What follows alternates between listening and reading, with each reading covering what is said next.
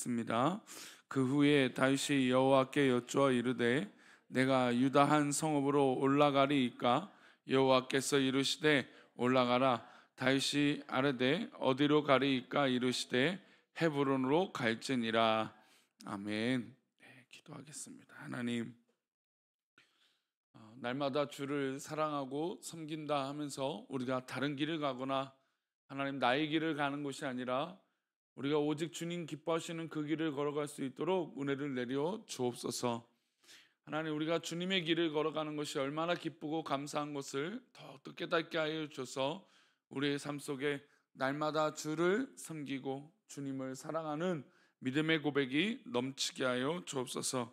이 시간 1,000번대로 드려지는 예물과 또 범사에 감사하여 드려지는 예물을 기뻐 받아 주시고 주님의 놀라운 은혜로 또 우리 오늘 하루와 모든 성도들의 삶을 또 새벽에 기도하는 종들의 기도를 기뻐 받아 주옵소서. 말씀 가운데 함께 하실 것을 믿사오며 거룩하신 예수 그리스도 이름으로 기도하옵나이다. 아멘. 아이들이나 아마 손주들을 만나서 아기들을 키우거나 또 손주들을 만나서 가장 많이 하는 어른들의 이야기 중에 단어가 있어요. 그 단어는 뭐냐면 기다려라고 하는 단어예요. 뭐 애완동물을 키우시는 분들도 오지만 애완견이나 애완동물한테도 가장 먼저 가르치는 게 기다리라고 얘기합니다. 그러니까 먹을 거 앞에서 막 흥분하는 애완견, 또 아이들이 뭔가 부모님이 또 엄마가 뭔가를 해주고 있는데 막 재촉하거나 이런 모습이 기다리지 못하고 이 감정을 컨트롤하지 못하는 우리 아이들을 야, 기다릴 줄 알아야 돼, 기다려라고 이야기들을 합니다. 그러나 사람들은 또 어린 아이들은 이 기다린다는 게 참 쉽지 않죠. 만약에 배가 고프면 이 배가 고픈 아이는 부모님한테 엄마한테 먹을 것을 빨리 달라고 내가 배고프다고 재촉하게 됩니다. 그만큼 이게 기다린다라는 것은 어떻게 보면 좀 본능적인 것 같아요. 나의 본능이 정말 뭐 굶주리거나 또 배가 고프거나 여러 가지 하고 싶은 것에 어떤 이 결과물이 보일 때 기다리기가 참 어렵죠. 빨리 그것을 이루고 싶어요. 또 게다가 우리나라 사람들의 성향은 빨리빨리라고 하는 것이 더 강하기 때문에 기다린다는 것이 참 어려운 건 사실인 것 같습니다. 게다가 만약에 이것이 성공을 위해서 달려가는 길이라면 기다리는 것이 쉬울까요? 당장 내가 볼 때 눈앞에 성공이 보이는 거예요. 이것만 하면 딱 될 것 같아요. 그걸 기다린다? 이건 더욱더 어려운 일이죠. 대부분이 성공을 하는 것이 잘 된다라고 생각하는 인식이 있기 때문에 이것만 하면 성공이네? 그러면 아마 이것을 기다린다고 하는 이것은 더욱더 어려운 일일 것입니다. 다윗은 이제 왕위에 오를 수 있는 절대의 기회를 얻었습니다. 사울 왕이 죽었고 그의 아들들마저도 다 이 블레셋과의 전쟁에서 죽게 되었습니다. 이 소식을 들은 모든 이스라엘 사람들뿐만 아니라 다윗과 함께 했던 사람들이 다윗에게 이런 조언들을 했을 겁니다. 야, 이제 예루살렘에 가서 이제 당신이 하나님의 기름 부음을 받고 왕위에 올랐다고, 왕위에 오를 수 있는 기회가 얻었는데 우리 좀 빨리 이제 예루살렘에 가고 이런 일들을 합시다. 아마 주변의 사람들이 다 그런 얘기들 했을 거예요. 왜냐하면 아들들마저도 다 죽었으니 절대 힘과 어떤 그런 이 권위를 갖고 있는 사람은 이스라엘 민족 가운데 다윗밖에 없을 거다라고 대부분이 생각을 했기 때문이에요. 기름 부음을 받았고 또 물론 이제 사무엘이 죽었어요. 그러니까 사무엘이 죽었으니까 사람들이 여러 가지 정치적인 해석을 하기 전에 빨리 예루살렘을 차지하고 예루살렘에 들어가서 왕위에 올라라, 아마 그런 이야기들을 대부분 하였을 거라는 것이죠. 그러면 이 이야기를 들었을 때 다윗은 어떤 마음이 들었을까요? 야, 우리 빨리 가자. 그래, 내가 이렇게 쫓겨 다녔다가 죽음의 위기도 몇 번 올렸는데 하나님이 나에게 기름 부으시잖아요. 자기의 명분도 있어요. 그렇잖아요. 명분이 없는 것도 아니에요. 자기가 기름 부음을 받았다는 명분도 있고 사람들이 뭐 동조하고 사실 다윗은 무혈 입성이나 마찬가지예요. 그런데 다윗이 그렇게 하지 않아요. 인간들의 또 어떤 그런 심리와 그 마음에 흔들리지 않습니다. 우리 1절 말씀을 보겠습니다. 읽겠습니다. 그 후에 다윗이 여호와께 여쭈어 이르되 내가 유다 한 성읍으로 올라가리이까? 여호와께서 이르시되 올라가라. 다윗이 아뢰되 어디로 가리이까? 이르시되 헤브론으로 갈지니라. 자, 사울 왕이 죽고 사울 왕의 자녀들이 죽었다는 소식을 들었습니다. 이스라엘은 큰 어려움에 빠졌다는 걸 이 다윗이 들었어요. 그런데 이 다윗이 이제 예루살렘에 가서 이것들을 이제 왕위를 이룰 수 있는 이 작업들을 하면 사실 더 굉장히 빠른 걸 수 있습니다. 아니 뭐 사실 기도하지 않아도 이거는 뻔한 답이라고 생각할 수도 있어요. 왜요? 이미 어렸을 때 자기가 기름 부음을 받았기 때문이에요. 근데 다윗이 이 상황 가운데 하나님께 여쭤봅니다. 사실 다윗이 정말 하나님 앞에 잘 되고 또 복되고 또 정말 은혜가 가득했던 그 순간들을 이 성경에서 찾아보면 다윗은 언제나 그 행동을 하기 전에 하나님을 찾았다라는 것이죠. 하나님 앞에 기도했던 것입니다. 다윗이 하나님께 물었습니다. 하나님, 우리 유다 한 성읍으로 어디로 가면 되겠습니까? 그랬더니 하나님께서 이 성을 얘기하는데 헤브론으로 가라. 아니 예루살렘이 아니고 헤브론으로 가라고 말씀하시는 거예요. 하나님께 가도 되겠습니까? 라고 가라고 말씀하시는데 그럼 하나님 어디로 가면 되겠습니까? 그러니까 사실 이 기도를 여기서 멈춰도 돼요. 하나님 어디로 가면 되겠습니까? 유다 한 성읍으로 가라. 그러면 이제 뻔짜예요. 예루살렘에 가면 돼요. 근데 하나님께서 다윗이 여기서 한 번 더 물어요. 어디로 가면 됩니까? 어느 성읍입니까? 그랬더니 헤브론으로 가라는 것이죠. 헤브론은 이 다윗이 고향 땅입니다. 이 고향 땅으로 돌아가라는 것이죠. 왜 그랬을까요?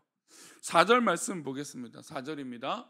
유다 사람들이 와서 거기서 다윗에게 기름을 부어 유다 족속의 왕으로 삼았더라. 어떤 사람이 다윗에게 말하여 이르되 사울을 장사한 사람은 길르앗 야베스 사람들이니이다 하매, 지금 이 헤브론을 고향 땅으로 가서 이 유다 사람들에게 기름 부음을 받습니다. 그리고 이 유다 족속, 그러니까 이스라엘 민족 전체의 왕이 아니라 유다 족속의 왕으로 삼게 됩니다. 그러니까 하나님은 그 당장의 왕으로 만드실 수도 있지만 다윗에게 기다리는 시간을 허락하신 거예요. 아니 뭐 누가 봐도 다윗이 왕이고 뭐 이 다윗이 그런 역할을 해도 아무 문제가 없을 텐데도 불구하고 하나님은 다윗 한 사람에게 기다림이라고 하는 시간을 허락하십니다. 그리고 이 사울 왕과 가문을 장사했던 길르앗 야베스 이야기들을 듣게 됩니다. 이게 사실은 정치적으로도 굉장히 중요한 거예요. 왜 그럴까요? 다윗이 만약에 그냥 막 무조건 왕이 오르고 막 이랬다면 아마 사람들이 여러 가지 정치적인 갈등을 했었을 거예요. 왜냐? 사울을 따랐던 사람들이 그래도 있었으니까. 아무리 못난 왕이고 하나님 앞에 버림받은 왕이지만 그래도 정치적인 입지가 있지 않습니까? 그러니까 이 사울 왕을 장사했던 길르앗 야베스 사람들을 이 다윗은 선대하고 복을 줍니다. 그러니까 이러니까 사람들이 다윗의 어떤 그런 이 넓은 그릇을 이해하게 되는 것이죠. 헤브론에서 다윗은 유다 민족의 왕이 되고 기름 부음을 받았습니다. 그런데 이 시간이 몇 년이었을까요? 11절 말씀은 시간을 얘기합니다. 함께 읽겠습니다. 다윗이 헤브론에서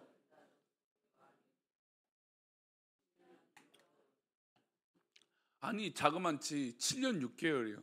제가 이제 돌아온 주일에 이 요셉의 시간에 대해서 좀 말씀을 드리려고 하는데, 아니 하나님 당장에 하실 수 있는 일들이고 해도 큰 문제가 없고 다윗 스스로도 그렇게 해도 뭐 크게 하나님의 뜻을 벗어나는 것도 아닙니다. 그런데 다윗은 하나님께 물었어요. 하나님 어떻게 하면 좋겠습니까? 어디로 가면 좋겠습니까? 근데 하나님 뜻대로 순종하고 그 길을 걸어가고 있는데 몇 년이에요? 7년 6개월이에요. 7년 6개월. 하나님은 왜 이런 시간들을 허락하셨을까요? 바로 다윗에게 이 초심을 흔들리지 않도록 훈련시켜 주시는 것입니다.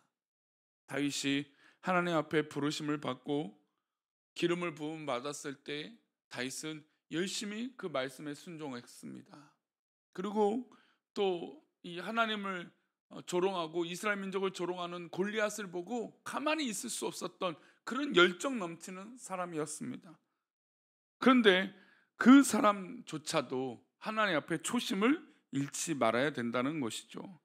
하나님의 사람들이 일확천금을 노리고 2계단, 3계단 건너다가 점프하려다가 어떤 문제가 생길 수 있다는 것이죠. 우리는 차근차근 하나님의 일들을 실수 없이 문제가 일어나지 않도록 하나하나 달려나가야 될 줄 믿습니다.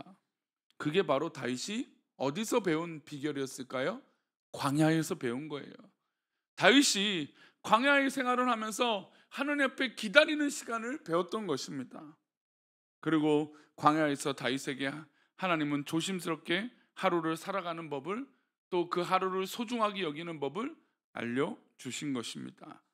자칫 잘못해서 미끄러지면 사울의 손에서 잡혀 죽을지 모르는 위험한 광야에서 15년 이상을 보내게 됩니다. 그래서 사실 다윗과 솔로몬의 삶의 가장 큰 차이는 위대한 왕이지만 그래도 초심을 버리지 않고 인간적인 실수를 해도 다시 회복했던 사람은 다윗이고, 그러나 실수하고 그 길을 회복하지 못했던 사람은 누굽니까? 솔로몬이죠. 그러니까 광야의 길은, 어떤 기다림의 시간들은 이 다윗을 정말 이스라엘 역사 가운데 가장 위대한 왕으로 하나님이 훈련시키셨고 그의 삶도 그렇게 살아갔던 것입니다. 오늘 우리에게도 이런 기다림의 은혜가 있기를 축원합니다. 하나님께서 만약에 너무나 오랫동안 기다리게 하시는 것들이 있다면 그 기다림 속에 배움이 있다라는 것이죠. 하나님의 뜻이 있다라는 것이죠. 그래서 기다리며 하나님의 은혜를 찾아가고 또 하나님의 복된 정말 그 계획을 믿고 하나님의 섭리를 믿고 그 하나님의 계획을 믿고 하나님의 은혜 속에 정말 오늘 하루도 한 걸음 한 걸음 건강하게 걸어가시는 복된 하루가 되시기를 축원합니다. 기도하겠습니다. 하나님, 오늘 하루의 의미가 어떤 의미입니까? 우리가 달려가야 되는 길입니까? 아니면 멈춰서 기다려야 됩니까? 아니면 천천히 걸어가야 됩니까? 하나님, 우리에게 이런 응답을 주시고 또 그렇게 하루하루를 보낼 때 의미 있고 복된 의미가 있게 하여 주셔서 오늘 하루도 건강하게 하나님 앞에 훈련받는 시간들이 되어질 수 있도록 복을 내려 주옵소서. 우리 귀한 성도들을 그렇게 하나님의 손길로 붙잡아 주시고 정말로 하나님 인도하시는 놀라운 은혜 속에 정말 하나님 앞에 훈련되어지는 복된 하루가 되게 인도하여 주옵소서. 그렇게 지켜주시고 인도하여 주실 것을 믿사옵고 거룩하신 예수 그리스도 이름으로 기도올리옵나이다. 아멘. 하늘에 계신 이름이 거룩히 여김을 받으시오며 나라의 마옵시며 뜻이 하늘에서 이룬 것 같이 땅에서도 이루어지이다. 오늘날 우리에게 일용할 양식을 주옵시고 우리가 우리에게 죄 지은 자를 사하여 준 것 같이 우리 죄를 사하여 주옵시고 우리를 시험에 들게 하지 마옵시고 다만 악에서 구하옵소서. 대개 나라와 권세와 영광이 아버지께 영원히 쌓옵나이다. 아멘.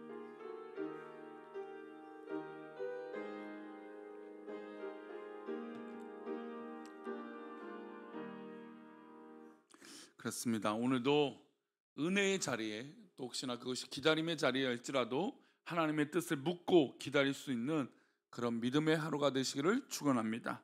우리 그렇게 기도하시다가 돌아가시도록 합니다. 기도합니다.